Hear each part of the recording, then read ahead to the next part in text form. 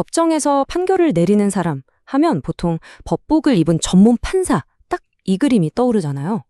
그런데 만약 저나 여러분 같은 평범한 시민이 그 판사 옆자리에 함께 앉는다면 어떨까요?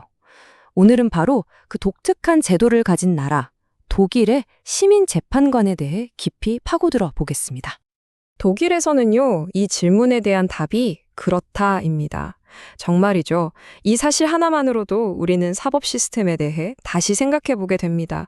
과연 법이라는 게 전문가들만의 영역일까요? 아니면 우리 모두의 상식이 꼭 필요한 곳일까요? 이분들을 바로 시민재판관이라고 불러요. 말 그대로입니다. 정식으로 법률 교육을 받은 적 없는 일반 시민이 전문 법 판사와 어깨를 나란히 하고 판결에 참여하는 거죠. 어려운 법률 지식 대신에 저마다의 삶의 경험을 가지고 법정에 들어서는 사람들입니다. 자, 그럼 이 흥미로운 제도를 제대로 한번 파헤쳐 볼까요? 먼저 이 제도의 핵심이죠. 상식과 전문성이 어떻게 맞붙는지 살펴볼 거고요. 그리고 실제 법원에서 이들이 어떻게 전혀 다른 역할을 하는지 알아보겠습니다. 또 이게 과연 진짜 민주주의의 상징인지 아니면 그냥 낡은 장식품인지에 대한 뜨거운 논쟁을 거쳐서 마지막엔 최종 판결까지 내려보겠습니다. 독일의 시민재판관 제도를 이해하는 열쇠는요, 바로 이 두 가지, 서로 완전히 다른 얼굴에 있습니다. 시민에게 기대하는 역할이 뭔지에 따라서 이 제도는 전혀 다른 모습을 보여주거든요. 자, 이 표를 보시면 확 와닿으실 겁니다. 역할이 크게 두 갈래로 나뉘죠. 한쪽은 우리 모두가 가진 평범한 상식을 대표하는 재판관, 다른 한쪽은 특정 분야의 전문가로서 현실적인 경험을 더하는 재판관. 그러니까 하나는 국민의 눈높이를, 다른 하나는 현장의 지혜를 법정으로 가져오는 거라고 할 수 있겠네요.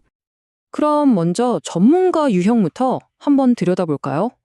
아니, 법정인데 법률 전문가 말고 또 다른 전문가가 왜 필요할까요? 법률 지식만큼이나 특정 분야의 실무 경험이 중요해지는 순간들이 있기 때문입니다. 바로 이런 경우죠. 노동 분쟁이나 상업 계약처럼 아주 복잡한 사건들 말이에요. 이런 재판에서는 수십 년간 현장에서 직접 부딪혀온 사람의 살아있는 지식이 어떨 땐 두꺼운 법전보다 훨씬 더 날카로운 판단의 근거가 될 수 있거든요.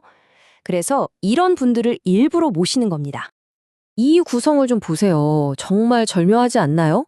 노동법원 재판부는 전문 판사 1명에 노동자 측 대표 1명, 그리고 사용자 측 대표 1명, 딱 이렇게 셋이 앉는 거예요.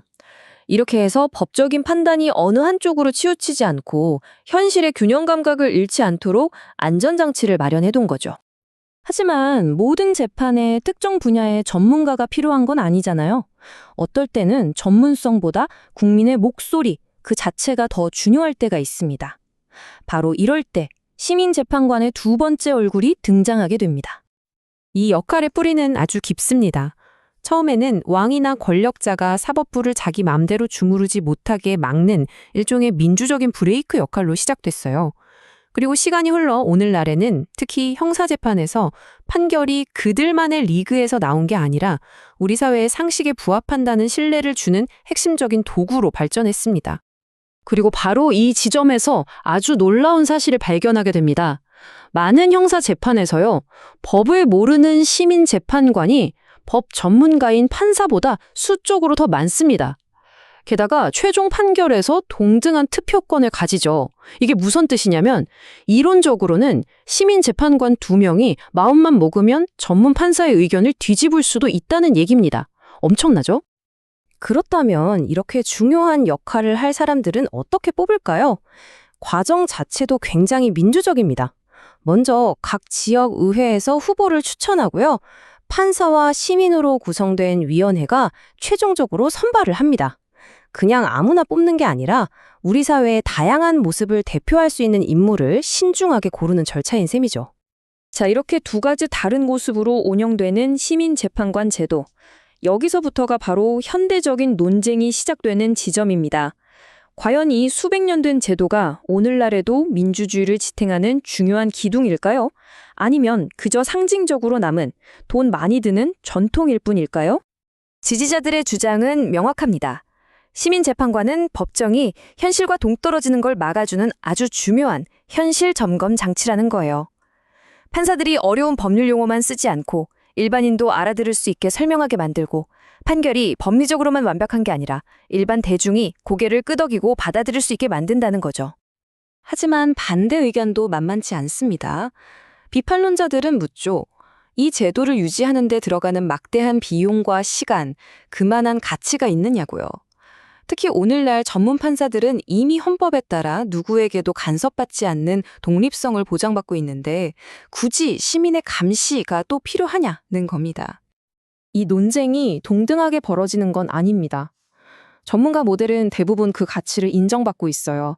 하지만 상식 모델, 특히 형사재판이나 행정재판에 참여하는 시민재판관들이 가장 날카로운 비판의 대상이 되고 있습니다. 자, 그럼 이 모든 논쟁의 끝에 오늘날 독일의 시민재판관 제도는 과연 어디에 서 있을까요? 이제 판결의 시간입니다. 이런저런 비판 속에서도 독일 정부의 공식 입장은 아주 확고합니다. 시민의 사법 참여는 민주주의 원칙의 핵심적인 요소이며 공동선을 위한 자발적인 봉사다. 이렇게요. 이건 단순히 비용이나 효율성을 넘어서는 가치가 있다는 일종의 선언인 셈이죠. 결국 이 제도의 미래는 둘로 나뉘는 것 같습니다. 전문가 재판관 모델의 입지는 아주 탄탄한 반면에 상식 재판관 모델은 현대 법률 환경 속에서 자신의 가치를 계속해서 증명해야만 하는 그런 도전에 직면해 있습니다. 결국 우리는 처음의 질문으로 다시 돌아오게 됩니다. 시민 재판관은 과거의 유물일까요? 아니면 미래의 열쇠일까요? 어쩌면 정답은 둘 다일지도 모릅니다. 법이 점점 더 복잡해지는 세상에서 전문성은 물론 필수적이죠. 하지만 그 법에 대한 대중의 신뢰를 얻는 것 또한 그에 못지않게 중요하니까요. 이 둘의 균형을 어떻게 찾아갈 것인가? 이것이 독일을 넘어 우리 모두에게 던져진 질문일 겁니다.